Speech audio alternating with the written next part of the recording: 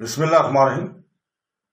شروع کرتا ہوں اللہ کے پاک نام سے جو بہت بڑا مہربان نہایت رہنے والا ہے۔ دوستو، بہنوں، بھائیوں، بزرگوں، السلام علیکم ورحمۃ اللہ وبرکاتہ۔ ہم تاریخ اسلام میں دولت عثمانیہ کی قسط نمبر 61 میں آپ کو خوش آمدید کہتے ہیں، اور اس میں آپ بیان کر رہے ہیں یونانیوں کی بغاوت کو۔ تو دوستو، بہنوں، بھائیوں، کیتھرین نے دولت علیہ سے صلح کرنے میں انگلستان، پرشا اور ہالینڈ کی وساطت قبول کرنے سے قطعی انکار کر دیا تھا۔ حالانکہ ان میں ہی کی مداخلت سے اسے سویڈن کے ساتھ صلح کرنی پڑی تھی۔ وہ اب تک قسطنطنیہ کی فتح کا خواب دیکھ رہی تھی اور فخریہ کہتی تھی کہ اگر مغربی سلطنتیں اسے سینٹ پیٹرس برگ چھوڑنے پر مجبور کریں گی تو وہ قسطنطنیہ کو اپنا دارالسلطنت بنائے گی۔ اسی مقصد سے اس نے یونانیوں کو دولت عثمانیہ کے خلاف بھڑکانے کی پوری کوشش کی تھی، اور سن 1887 میں جنگ شروع ہونے سے قبل یونان کے ہر حصے میں اپنے نمائندے بھیج کر وہاں کے باشندوں کو بغاوت کے لیے تیار کر دیا۔ چنانچہ 1790 میں یونان کے چند ممتاز آدمیوں کو ایک وفد بھی اس کی خدمت میں سینٹ پیٹرس برگ حاضر ہوا اور ترکوں کی آزادی حاصل کرنے کے لیے اس سے فوجی مدد کی استدعا کی۔ کیتھرین نے مدد دینے کا وعدہ تو کیا، پھر وفد شہزادہ قسطنطین کے پاس گیا کہ جسے کیتھرین نے بازنطینی سلطنت کا پہلا تاجدار نامزد کیا تھا۔ قسطنطین نے ارکان وفد سے یونانی زبان میں کہا، جاؤ، تم جس جیسا چاہتے ہو ویسا ہی ہوگا۔ یونانی نے 13 جہازوں کا ایک بیڑا تیار کر رکھا تھا۔ کیتھرین نے اس کے لیے توپیں فراہم کر دی اور ایک یونانی افسر لمبروکو یزیانی کو اس بیڑے کا امیر الجہر مقرر کیا، لیکن جب بحر الجین میں عثمانی جہازوں سے مقابلہ ہو تو پورا یونانی بیڑا شکست کھا کر غرق ہو گیا تھا۔ بحری جنگ کا یہ نتیجہ کیتھرین کے لیے زیادہ تشویش کا باعث نہ ہوا، کیونکہ اس کی بڑی فوجیں کامیابی کے ساتھ آگے بڑھ رہی تھی۔ سن 1790 کو سب سے بڑا مارکا اسماعیل کی فتح تھی، جو بحر اسود سے تقریباً 40 میل کے فاصلے پر دولت عثمانیہ کا ایک نہایت اہم قلعہ تھا۔ روسی فوجوں کی بلغاریہ میں داخل ہونے کے لیے اس قلعہ کی فتح نہایت ضرور تھی۔ پورٹکمن نے مہینوں میں اس کا محاصرہ جاری رکھا تھا، لیکن اس سے کامیابی نہ ہوئی تھی۔ آخر میں اس نے یہ مہم جنرل سہارو کے سپرد کی۔ سہارو نے 16 دسمبر کو کمان اپنے ہاتھ میں لی اور 22 دسمبر کو روسی فوجیں شہر میں داخل ہو گئی تھیں۔ ترکی دستہ نے مداخلت میں جاں بازی کا حق ادا کر دیا تھا۔ روسیوں کو اصلی مقابلہ شہر میں داخل ہونے کے بعد پیش آیا۔ بقول کریسی ہر سڑک ایک میدان جنگ تھی اور ہر مکان ایک قلعہ تھا۔ آخر میں روسی ہر طرف قتل عام کرتے ہوئے ناف شہر پہنچے، جہاں ترکوں اور تاتاریوں کے ایک دستہ عثمانی شجاعت کی حیرت انگیز جوہر دکھانے کے لیے اکٹھا ہو گیا تھا۔ 2 گھنٹے نہایت سخت لڑائی ہوتی رہی، یہاں تک اس دستہ کے ایک ایک سپاہی لڑتے ہوئے مارا گیا۔ اس جنگ میں 34,000 ترک ہلاک اور 10,000 گرفتار ہوئے۔ روسیوں نے شہر میں داخل ہو کر درندگی کی جو مثال پیش کی، اس سے خود سہارو کی نگاہیں بھی نا آشنا تھیں۔ چنانچہ اس نے اپنے ایک دوست سے بعد میں اعتراف کیا کہ اس ناقابل دید منظر کو دیکھ کر میری آنکھوں سے بھی آنسو جاری ہو گیا تھا۔ سلطان سلیم نے روس کے مقابلے میں تازہ فوجیں روانہ کی، انہیں بھی شکست ہوئی۔ اس درمیان میں انگلستان، پرشا اور ہالینڈ صلح کے لیے برابر کوشش کر رہے تھے۔ شروع میں تو کیتھرین نے ان کی مداخلت کو سختی کے ساتھ مسترد کر دیا اور شاہ پرشا کو یہ جواب لکھوا دیا کہ زارینیا جنگ اور صلح میں صرف اپنی خواہش کی پابند ہے اور امور مملکت میں کسی کی مداخلت گوارا نہ کرے گی۔ لیکن جب اکتوبر 1791 میں جنگ کے سبب سے بڑے محرک اور حامی پورٹکمن کا انتقال ہو گیا اور اتحاد ثلاثہ مطلب انگلستان، ہالینڈ اور پرشا کی طرف سے بھی اثرات بڑھتا ہی گیا، تو مجبوراً کیتھرین نے صلح کی شرائط پر گفتگو کرنا منظور کر لیا۔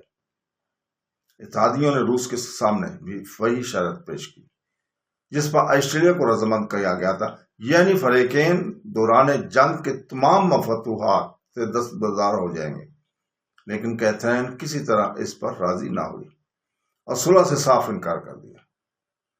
وہ کم از کم اوکزاکوف اور دریائے نیسٹر اور دریائے بوگ کے درمیانی علاقہ پر اپنا قبضہ قائم رکھنا چاہتی تھی۔ اتحادی اس پر رضامند نہ تھے اور انہوں نے روس پر دباؤ ڈالنے کی تیاریاں شروع کر دی تھی۔ ادھر انگلستان کے لیے روس کی مخالفت ایک بالکل نئی چیز تھی۔ 18ویں صدی کے بیشتر حصہ میں روس کے ساتھ اس کے تعلقات دوستانہ تھے اور اس نے کبھی ان پر جارحانہ تجاویز کی مخالفت نہیں کی جو دولت عثمانیہ کے خلاف حکومت روس کے پیش نظر تھی اور جن پر وہ استقلال کے ساتھ عمل کرتی چلی آ رہی تھی۔ لارڈ جیتھم وزیر اعظم برطانیہ، جس کی سیاست خارجہ پر اب تک عمل درآمد تھا، ترکوں کی حمایت کا مستقل طور پر مخالف تھا۔ یہ اسی پالیسی کا نتیجہ تھا کہ جب 1784 میں کیتھرین نے کریمیا کو زبردستی اپنی سلطنت میں شامل کر لیا تو انگلستان میں اس کے خلاف ایک آواز بھی بلند نہیں ہوئی، برخلاف کہ اس کے چارلس فاکس نے، جو اس وقت وزیر خارجہ تھا، علانیہ کہا کہ میری سیاست خارجہ ایک عمیق بنیاد پر قائم ہے۔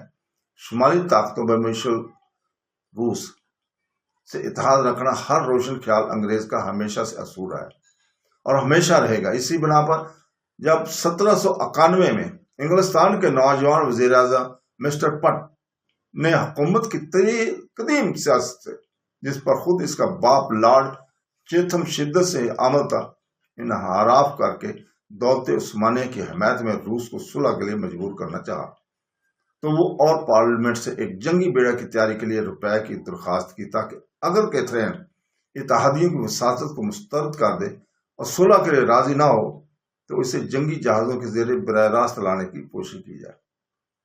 تو انگلستان میں اس تحریک کی پرزور مخالفت کی گئی اور پارلیمنٹ میں فاکس نے جواب مخالف پارٹی کا لیڈر تھا نہایت شدت کے ساتھ اختلاف کیا۔ پٹ نے اس بیڑا کو پرشا کے تحفظ اور یورپ میں توازن قوت قائم رکھنے کے لیے ضروری قرار دیتے ہوئے اپنی تقریر میں اصلی زوران ہی دو مقاصد پر دیا۔ اس نے بتایا کہ ترکوں کی حمایت مقصود بالذات نہ تھی، بلکہ ان مقاصد کے حصول میں دولت عثمانیہ کی بقا معین ہوتی تھی۔ پارلیمنٹ میں اس مسئلہ پر کئی بار بحثیں ہوئیں، جن میں مخالف پارٹی کے مقرروں نے ترکی کو محض ایک وحشی ملک ٹھہرایا اور کہا کہ نہ یورپ کے نظام میں اس کوئی دخل ہے اور نہ اس کے حشر کا کوئی اثر توازن قوت پر پڑ سکتا ہے۔ انہوں نے کیتھرین کی فراخ دلی اور عالی ظرفی کی تعریف اور تحسین میں واقعات کو نظر انداز کر دیا اور روس کی دراز دستیوں کی طرف سے جو خطرہ مسٹر پٹ نے یورپین ملکوں سے متعلق ظاہر کیا تھا، اس کا خوب مذاق اڑایا۔ فاکس نے کہا کہ سلطنت عثمانیہ پر روس کا قبضہ ہو جانا ایک خلاف قیاس بات ہے، اور اگر ایسا ہو بھی جائے تو بہتر یہ ہوگا کہ اس کی جماعت کے ایک رکن مسٹر وینٹ برڈ جو تھے، انہوں نے فرمایا فرض کیجئے کہ زرانیہ کے قصد وارادہ کی نسبت جو باتیں بیان کی جاتی ہیں وہ سب پوری بھی ہو جائیں اور قسطنطنیہ پر قبضہ کر کے ترکوں کو ان کے تمام یورپین صوبوں سے نکال دے، تو بھی کوئی غیر جانبدار شخص اس حقیقت سے انکار کر سکتا ہے کہ اس واقعے سے نو انسانی کو بہت کچھ فائدہ پہنچے گا۔ سن 1792 کے مشن میں اس مسئلہ پر پھر بحث ہوئی اور مسٹر پٹ نے واضح طور پر بیان کیا کہ آئندہ انگلستان کی سیاست خارجہ کا بنیادی اصول یہ ہوگا کہ یورپ میں توازن کو قائم رکھا جائے اور اسی بنا پر جہاں تک ممکن ہو نہ سلطنت روس کی قوت کو بڑھنے دیا جائے اور نہ سلطنت عثمانیہ کی قوت کو گھٹنے دیا جائے۔ فاکس وغیرہ کی شدت مخالفت کے باوجود پارلیمنٹ کے کثرت رائے سے پٹ کی تجویز منظور کر لی گئی، لیکن پٹ کو اس کا اندازہ بخوبی ہو گیا تھا کہ رائے عامہ روس سے جنگ کرنے کے مخالف ہے، چنانچہ اس نے اپنی تجویز واپس لے لی اور روس کے مقابلے میں جنگی بیڑا بھیجنے کا خیال ترک کر دیا، لیکن وہ روس کی قوت کو بڑھنے دینے پر کسی طرح بھی تیار نہ تھا۔ اس کے نزدیک روس اور دولت عثمانیہ کے درمیان جلد سے جلد صلح ہو جانا نہایت ضروری تھا۔ اس غرض سے وہ کیتھرین پر برابر دباؤ ڈالتا رہا۔ کیتھرین بھی اب صلح کے لیے آمادہ معلوم ہوتی تھی۔ پولینڈ کے جو صوبے روس، آسٹریلیا اور پرشیا کے گاسبانہ تقسیم کے بعد اہل ملک کے زیر حکومت باقی رہ گئے تھے، ان میں محبان وطن نے کوسی اس کو کہ زیر قیادت اصلاحات شروع کر دی تھی، جو کیتھرین کی مسالہ کے منافی تھی۔ وہ پولینڈ کی دوسری تقسیم کا عزم کر چکی تھی اور اب چاہتی تھی کہ ترکوں سے فراغت کا حاصل کرنے کے بعد جنرل سوار کو روس کی فتح مند اور آزمودہ کار فوجوں کے ساتھ پولینڈ پر حملہ کرنے کے لیے روانہ کرے۔ چنانچہ 1791 کے وسط ہی میں صدر اعظم اور جنرل رپن میں صلح کی گفتگو شروع ہو گئی تھی اور اگست میں تمام شرائط طے ہو گئی۔ 9 جنوری 1792 کو یاسی کے مقام پر فریقین میں باضابطہ طور پر ایک صلح نامہ مرتب ہو گیا۔ اس کی ترتیب اور تکملہ میں کوئی دوسری حکومت شریک نہیں کی۔ روس نے قلعہ اوزکوف اور دریائے نیسٹر اور دریائے بوگ کے درمیانی علاقے کے علاوہ تمام فتویٰ جو بسربیہ، مولدویہ، ولیچیا اور کیوبان کے صوبوں پر مشتمل تھی، دولت عثمانی کو واپس کر دی اور دریائے نیسٹر سلطنت روس کی نئی سرحد قرار پایا، جس کے مغرب کے تمام مفتوحہ علاقے سلطنت عثمانی کو واپس کر دیے گئے۔ یونان بدستور باب عالی کے زیر حکومت رہا۔ اس صلح نامے کی روح سے کیوبان کا صوبہ بھی دولت عالیہ کے واپس مل گیا، لیکن اس علاقے میں جو چھوٹی چھوٹی خود مختار ریاستیں قائم کی ہو گئی تھیں، ان پر زارانیہ کی سیادت تسلیم کر لی گئی تھی۔ کیتھرین نے یہ صلح محض حالات سے مجبور ہو کر کی تھی اور اس کا مقصد صرف یہ تھا کہ پولینڈ کی طرف سے مطمئن ہونے کے بعد پوری تیاری کے ساتھ سلطنت عثمانیہ کے یورپی اور ایشیائی صوبوں پر بیک وقت حملہ کر دے۔ چنانچہ 4 سال کے اندر اس نے پولینڈ پر اپنا تسلط مکمل طور پر قائم کر لیا۔ سن 1793 میں پولینڈ کی دوسری تقسیم عمل میں آئی، جس میں کیتھرین اور فریڈرک نے آسٹریلیا کو شریک نہیں کیا، لیکن 1795 میں جب یہ بدقسمت ملک آخری طور پر تقسیم کیا گیا تو اس لوٹ میں روس، پرشا اور آسٹریلیا تینوں شریک ہوئے۔ غرض پولینڈ کی طرف سے مطمئن ہو کر کیتھرین نے سلطنت عثمانیہ پر حملہ کی تیاریاں شروع کر دی تھی۔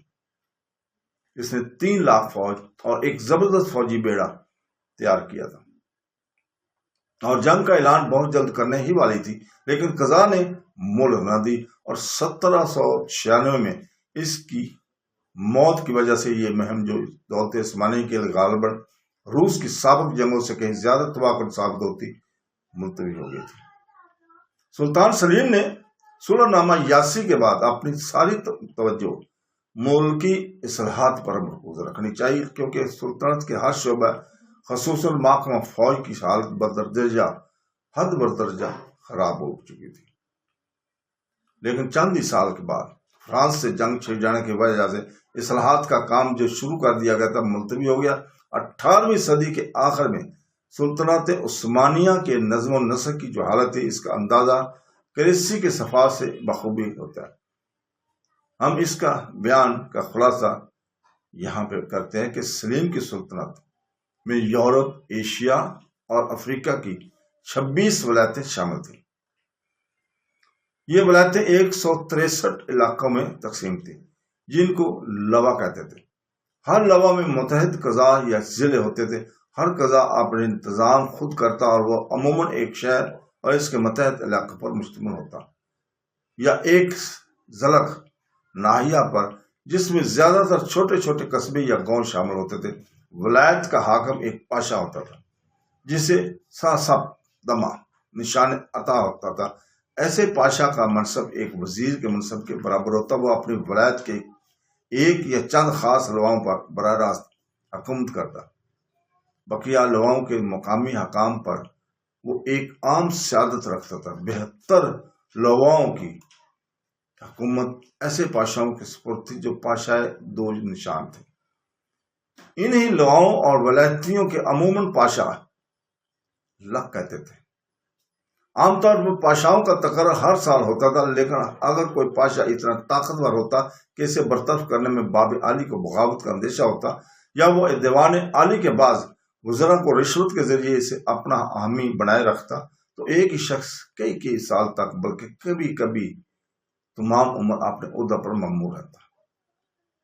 22 لواؤں کے پاشا مدت العمر کے لیے مقرر ہوتے تھے۔ انتظام کے سلسلے میں پاشا کی مدد کے لیے باب عالی کی طرف سے 2 یا 3 آدمی مقرر کیے جاتے تھے، جن کا انتخاب اس ولایت مطلب کہ صوبہ کے باشندے کرتے تھے، یہ لوگ ایان کہلاتے تھے۔ کبھی کبھی ایان کا عہدہ مورثی ہوتا تھا، لیکن اس صورت میں یہ ضروری تھا کہ نئے ایان کو اپنے مورث کی جگہ پر مقرر ہونے کے لیے باشندوں کی کثرت رائے حاصل ہو۔ عیسائی رعایا کے افسران ہی کی قوموں میں سے مقرر کیے جاتے تھے، جو ٹیکس ان کے ضلع پر لگایا جاتا تھا، اس کے تشخیص افراد پر یہی افسر کیا کرتے تھے۔ گو 18ویں صدی کے آخر تک سلطنت عثمانی کے متحد صوبے ہاتھ سے نکل گئے تھے، مثلا ہنگری، ٹرانسلوینیا اور کریمیا میں اس کی حکومت کا خاتمہ ہو چکا تھا۔ نیز بحر اسود اور بحر ازف کے شمالی ساحلی علاقوں سے بھی اس کا قبضہ اٹھ چکا تھا۔ تاہم سلطنت کا جو حصہ باقی رہ گیا تھا وہ اس وقت بھی دنیا کی عظیم الشان سلطنت کو ہم پلہ تھا، لیکن اس وسیع سلطنت کے بتیرے صوبوں پر سلطان کی حکومت محض برائے نام تھی۔ باب علی کی کمزوری اور مقامی حکام کی خودسری قریب قریب ہر جگہ نمایاں تھی۔ عرب میں وہابیوں کا زور تھا۔ مکہ معظمہ اور مدینہ منورہ کے علاوہ، جن پر ابھی تک ان کا قبضہ نہ ہوا تھا، باقی سارا ملک انہی کے زیر تسلط آ چکا تھا۔ مصر میں باب علی کے حکام کی اقتدار ختم ہو چکا تھا، اگرچہ قاہرہ میں سلطان کا علم اب بھی لہرا رہا تھا۔ اس طرح شام میں دروزیوں اور لبنان اور فلسطین کے پہاڑی باشندوں نے تقریباً خود مختاری حاصل کر لی تھی۔ یونان کے شمالی علاقوں کے بعض فرقے بھی خود مختار ہو گئے تھے۔ مونٹی نیگرو اور ہرزیگوینیا کا بھی یہی حال تھا۔ مولڈویا اور ولیچیا دولت عثمانی کو واپس کر دیے گئے تھے، مگر یہ دونوں صوبے باب علی سے زیادہ حکومت روس کے زیر اثر تھے۔ بغاوت اور خانہ جنگی بڑے بڑے بادشاہوں کا عام شیوا تھا۔ مثلا عکا میں جزار پاشا نے مسحور اور خراج ادا کرنے سے انکار کر دیا تھا، اور سلطان کے آدمی کو جو یہ رقمیں وصول کرنے کے لیے بھیجے گئے تھے قتل کرا دیا تھا۔ پاشائے بغداد کی خودسری بھی ایسی ہی تھی، چنانچہ کئی سال تک بغداد کی ولایت سے باب علی کو کچھ بھی رقم وصول نہ ہوئی۔ وہ دین کا مشہور پاشا رزدان اوغلو افواج سلطنانی کا مقابلہ کرتا رہا اور قریبی صوبوں پر ایک خود مختار فرمانروا کی طرح وقتاً فوقتاً حملے کیا کرتا تھا۔ ان کے علاوہ بہت سے دوسرے پاشاؤں کو بھی کم و بیش یہی حالت تھی۔ ان تمام بغاوتوں اور شورشوں کا نتیجہ یہ تھا کہ سلطنت کے بہت کم حصے میں امن اور امان قائم تھا، اور نہ عام طور پر رعایا بے اطمینان اور جان اور مال کی طرف سے خطرہ میں مبتلا تھی۔ جن صوبوں کے پاشا باب علی کے متی اور منقاد بھی ہوتے، وہاں بھی رعایا کے مصائب تھوڑے نہ تھے۔ بادشاہوں کا تقرر، جیسا کہ ہم پہلے بیان کر چکے ہیں، عموماً سالانہ ہوا کرتا تھا اور اکثر رشوت کے ذریعے سے حاصل کیا جاتا تھا۔ خود امیدوار کے پاس اس جلیل القدر عہدہ کی خریداری کے لیے کافی روپیہ مشکل سے ہوتا تھا۔ وہ عموماً کسی دولت مند یونانی یا ارمنی ساہوکار سے روپیہ قرض لیتا تھا، اور وہ ساہوکار حقیقتاً اس پاشا کا مرتہن ہو جاتا تھا۔ اس کا معتمد ایجنٹ پاشا کے ساتھ سیکرٹری کی حیثیت سے رہا کرتا تھا، اور اکثر وہی صوبہ کا اصلی حکمران ہوتا تھا۔ یہ عیسائی ایجنٹ اپنی ہم مذہب رعایا کو خصوصیت کے ساتھ بہت ستاتے تھے، چونکہ پاشا کو ہر سال اپنے عہدہ کی خریداری کے لیے روپے کی ضرورت ہوا کرتی تھی، اس لیے ساہوکار کی گرفت سے آزاد ہونا آسان نہ تھا۔ کبھی کبھی باب علی کی طرف سے یہ مطالبہ بھی ہوتا تھا کہ امیدوار سرکاری مال گزاری کی بروقت ادائیگی کے لیے کسی ارمنی صراف ساہوکار کی ضمانت پیش کرے۔ اس سے ساہوکاروں کا اقتدار اور بھی بڑھ گیا تھا، اور ان کی دست ستم رعایا پر زیادہ دراز ہوتا جاتا تھا۔ ان ساہوکاروں کے ایجنٹ رعایا سے مال گزاری وصول کرنے میں بے حد سختی کرتے تھے، اور وصول کردہ رقم کا زیادہ سے زیادہ حصہ خود دبا لینے کی کوشش کیا کرتے تھے۔ نتیجہ یہ تھا کہ محاصل کا بہت تھوڑا حصہ باب علی پہنچتا تھا۔ ایان ولایت، جن کا فرض تھا کہ اپنے ہم وطنوں کو پاشا اور اس کے لٹیرے ساتھیوں کے مظالم سے محفوظ رکھنے کی کوشش کرتے، اکثر خود بھی شریک جرم ہو جایا کرتے تھے۔ ایان میں سے اگر کوئی ایماندار شخص ان مظالم کے خلاف صدائے احتجاج بلند کرتا تو پاشا اس کا سخت مخالف ہو جاتا اور جھوٹے ملزمات عائد کر کے قاضی کی عدالت کے ذریعے اسے تباہ و برباد کرنے کی کوشش کرتا۔ اس خوف سے ایان بھی پاشا کی مخالفت کرتے ہوئے ڈرتے تھے۔ سالانہ مال گزاری اگر پابندی کے ساتھ خزانہ سلطانی میں پہنچتی رہتی تو باب عالی کی طرف سے یہ دریافت کرنے کی ضرورت نہ سمجھی جاتی کہ یہ رقم کن جائز یا ناجائز طریقوں سے وصول کی گئی۔ البتہ اگر پاشا کے خلاف صوبوں کے باشندوں کی طرف سے پرزور شکایتیں باب عالی میں پہنچتی اور تحقیقات کرنے پر وہ صحیح ثابت ہوتی تو پاشا نہ صرف معزول کر دیا جاتا بلکہ اسے قتل کی سزا بھی دی جاتی، لیکن اس سزا سے رعایا کو کوئی فائدہ نہ ہوتا کیونکہ مقتول پاشا کی تمام املاک بحق سلطانی ضبط کر لی جاتی تھی اور اس کی جگہ پر کوئی دوسرا پاشا مقرر کر دیا جاتا تھا جو مذکورہ بالا وجوہ سے ساہوکاروں کی گرفت میں رہتا، اور وہ بھی عموماً وہی طریقے اختیار کرتا جو اس کے پیش رو نے اختیار کیے ہوئے تھے۔ ان تعدادیوں کی ایک بڑی وجہ یہ تھی کہ پاشا اپنے ولایتوں میں شاہانہ شان و شوکت کے ساتھ رہا کرتے تھے، جس کے قائم رکھنے کے لیے کافی روپے کی ضرورت ہوتی تھی۔ علاوہ بری انہیں فوج بھی روکنی پڑتی تھی جس کے اخراجات بھی صوبہ ہی کے باشندے پوری کیا کرتے تھے۔ پاشا کے بعد بے اور آغا کا درجہ تھا جو اپنے اپنے علاقے میں ویسا ہی اختیار رکھتے تھے جیسا پاشا اپنے ولایت میں رکھتا تھا۔ ان کے علاوہ تمام سلطنت میں ہزاروں چھوٹے چھوٹے امال تھے جنہوں نے 4-4 5-5 گاؤں میں مال گزاری کا ٹھیکہ باب عالی سے لے رکھا تھا۔ یہ لوگ رعایا سے زیادہ رقم وصول کرنے کی کوشش کرتے تھے اور ان کی سختیاں بھی ساہوکاروں کے ایجنٹوں سے کم نہ تھیں۔ سلطنت کا ضعف اور اختلال نظام جاگیری کی ابتری سے اور بھی ترقی کر گیا تھا۔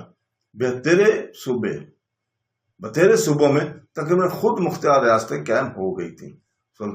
سلیمان اعظم نے جن مضبوط بنیادوں پر نظام جاگیری کو قائم کیا تھا اور جاگیرداروں کو قابو میں رکھنے کے لیے جو ضوابط مقرر کیے تھے وہ سب 18ویں صدی کے اختتام سے پیشتر تک بدل چکے تھے۔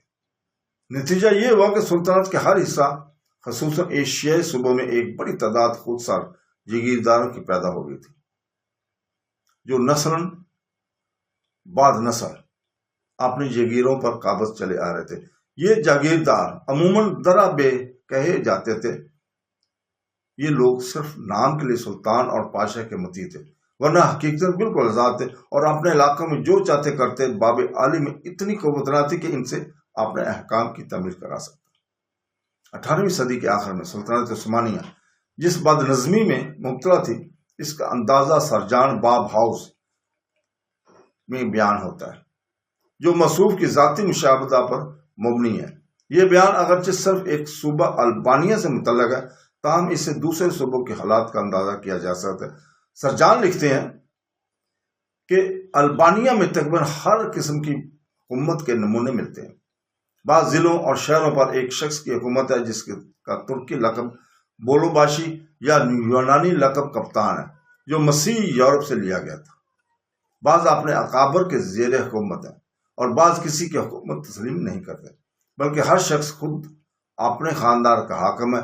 چند مقامات پر حکومت معرض تعطل میں اور وہ بظاہر طوائف الملوکی کی حالت نہیں ہے تاہم کوئی حاکم بھی نہیں ہے۔ ہمارے زمانہ میں آرجیرو کاسٹرو کے وسیع شہر کی حالت یہی تھی۔ مقصلات کے بعض علاقے ایسے ہیں جہاں ہر آغا یا بے جو گویا ہمارے قدیم تعلقہ داروں کا جواب ہو سکتا ہے ایک چھوٹا سا سردار ہے اور گاؤں کے لوگوں پر ہر طرح کا حق رکھتا ہے۔ باب عالی کا احترام جس نے دولت عثمانی کی دور عظمت میں مملکت کو چھوٹی چھوٹی پاشاؤں اور عمارتوں میں تقسیم کر دیتا اب وہ کم رہ گیا تھا اور مختلف علاقوں کی حدود جو اس نے قائم کیے تھے درم برم اور فراموش ہو چکے تھے۔ قسطنطنیہ کی برائے نام مرکزی حکومت میں صدر اعظم ملکی اور فوجی معاملات میں سب سے بڑا عہدیدار تھا۔ مذہبی معاملات میں مفتی اعظم کا عہدہ سلطان کے بعد جو خلیفۃ المسلمین تھا سب سے بڑا تھا۔ صدر اعظم کے ماتحت قائم مقام کے علاوہ جو نائب صدر کی حیثیت رکھتا تھا ایک اور وزیر تھا جس کا تعلق ملکی اور فوجی دونوں شعبوں سے تھا۔ امور خارجہ رئیس افندی کے سپرد چاوش باشی صدر اعظم کے دیوان عدالت کا نائب صدر اور دارالسلطنت کی پولیس کا افسر اعلیٰ تھا۔ ان کے علاوہ نشانجی، دفتردار اور متعدد دوسرے عہدہ دار تھے۔ ایک بہت بڑی تعداد حضوریوں اور ایسے لوگوں کی تھی جو باللحاظ اس امر کے ان میں ضروری قابلیتیں بھی یا نہیں سرکاری عہدوں پر مامور تھے اور سلطنت کی بد نظمی سے حتی المکان پورا فائدہ اٹھا رہے تھے۔ دیوان سلطانی اب عموماً 1.5 مہینہ میں ایک بار منعقد ہوتا تھا۔ صدر اعظم کے دیوان کا اجلاس نسبتاً جلد از جلد ہوا کرتا تھا اور یہ بطور دیوان عدالت منعقد ہوتا، جس میں صدر اعظم کے علاوہ کپودان پاشا، دونوں قضات عسکر، نشانجی اور دفتردار شریک ہوتے۔ اہم مواقع پر تقریباً 40 ارکان ایک ہی بڑی مجلس منعقد ہوتی، جس میں سلطنت کے تمام شعبوں کے اعلیٰ عہدیدار شرکت کرتے۔ ناگہانی ضرورتوں کے موقع پر اراکین دیوان جب طلب کیے جاتے تو وہ مسئلہ زیر غور پر کھڑے کھڑے مشورہ کرتے۔ ایسی مجلس کا نام استادہ دیوان تھا۔ جماعت علماء اور خصوصاً اس کے پیشوا مفتی اعظم کی قوت پر بنسبت پہلے کی بڑھ گئی تھی اور برابر ترقی کرتی جاتی تھی۔ یہی حال اوقاف کے تعداد کا تھا۔ اشخاص کی ذاتی جائیدادوں کے علاوہ کہیں کہیں پورے ضلع اور شہر مسجدوں اور دوسرے مذہبی اداروں پر قائم وقف تھے۔ ان اوقاف کے متولی مقررہ ذرا استثنا کے سوا، جس کی مقدار عموماً بہت کم ہوتی تھی، ہر قسم کی معصولیوں اور مطالبوں سے بری تھے۔ ایسی ہی رعایتیں اکثر ان لوگوں کو بھی حاصل تھی جو سلطانہ، والدہ اور بعض دوسرے عالی مرتبہ اشخاص کے ذاتی علاقوں کے باشندے تھے۔ بطور ضلع ایسے بھی تھے، بہت سے ضلع ایسے تھے جہاں عیسائی رعایا قدیم رواج یا عیسائی فرمان کے موجب بلا شک غیر قابض تھی، اور جہاں کسی ترک کے لیے جا کر آباد ہونا قطعاً ممنوع تھا۔ سلطنت کے مختلف حصوں میں مغربی اقوال کے لوگ آباد تھے، جو باب عالی کے سایہ آتف میں خود اپنے ملکی قوانین اور کونسلوں کے ماتحت آسودگی اور خوشحالی کی زندگی بسر کر رہے تھے۔ اس عام بدنظمی کے دور میں بھی کچھ حکام ایسے تھے جو نہایت لیاقت اور عدل انصاف کے ساتھ حکومت کیا کرتے تھے۔ اسی طرح بعض پاشا بھی باوجود سخت گیر ہونے کے اپنی ولایتوں میں کامل طور پر ایمان قائم ہوئے تھے۔ 18ویں صدی کے آخر میں سلطنت عثمانی میں جو تھوڑی بہت تجارت اور خوشحالی پائی جاتی تھی، وہ ان ہی مرحات اور ایسے حکام اور پاشاؤں کی رہن منت تھی۔ فوج جو اندرونی بغاوتوں کو فروغ کر کے سلطنت میں امن و امان قائم کرنے اور اس سے بیرونی حملوں سے محفوظ رکھنے کا واحد ذریعہ ہوا کرتی تھی، اس کی حالت حکومت کے ہر شعبہ سے زیادہ خراب تھی۔ اس کی 2 قسمیں تھیں، تنخواہ دار اور غیر تنخواہ دار۔ تنخواہ دار فوج کا سب سے بڑا اور اہم ترین حصہ ینیچری تھے۔ 18ویں صدی کے آخر میں ان کی تعداد 1,50,000 ینیچری دستے سلطنت کے مختلف شہروں میں رہتے تھے، جہاں انہوں نے ایک طرح کی فوجی حکومت قائم کر رکھی تھی اور اس کے ساتھ ساتھ مختلف کاروبار بھی کیا کرتے تھے۔ اگرچہ سرکاری رجسٹر میں ینیچری کا شمار 1,50,000 درج تھا، لیکن ان کی تعداد حقیقتاً اتنی نہ تھی۔ سینکڑوں ہزار نام فرضی درج رجسٹر کر لیے گئے تھے، جن کی تنخواہیں باب عالی سے وصول کی جاتی تھی۔ پھر بھی ینیچری کی تعداد بہت زیادہ تھی، اور جنگ اور امن دونوں حالتوں میں ان کی اہمیت دوسرے فوجی دستوں سے بڑی ہوئی تھی۔ وہ اپنے مذہب میں نہایت سخت تھے، اور چونکہ انہیں معلوم تھا کہ سلاطین ان پر کامل اعتماد نہیں رکھتے، اس لیے وہ بھی ہر ایجاد اصلاح کو حسد اور نفرت کی نگاہ سے دیکھتے تھے، اور ہمیشہ رعایا کو ستانے اور باب عالی کے خلاف بغاوت کرنے پر آمادہ رہا کرتے تھے۔ وہ ینیچری۔ تو دوستو یہیں پہ رکتے ہیں۔ ینیچری کا یہ حصہ اگلی ہم بیان کریں گے 62 نمبر میں۔ اللہ حافظ۔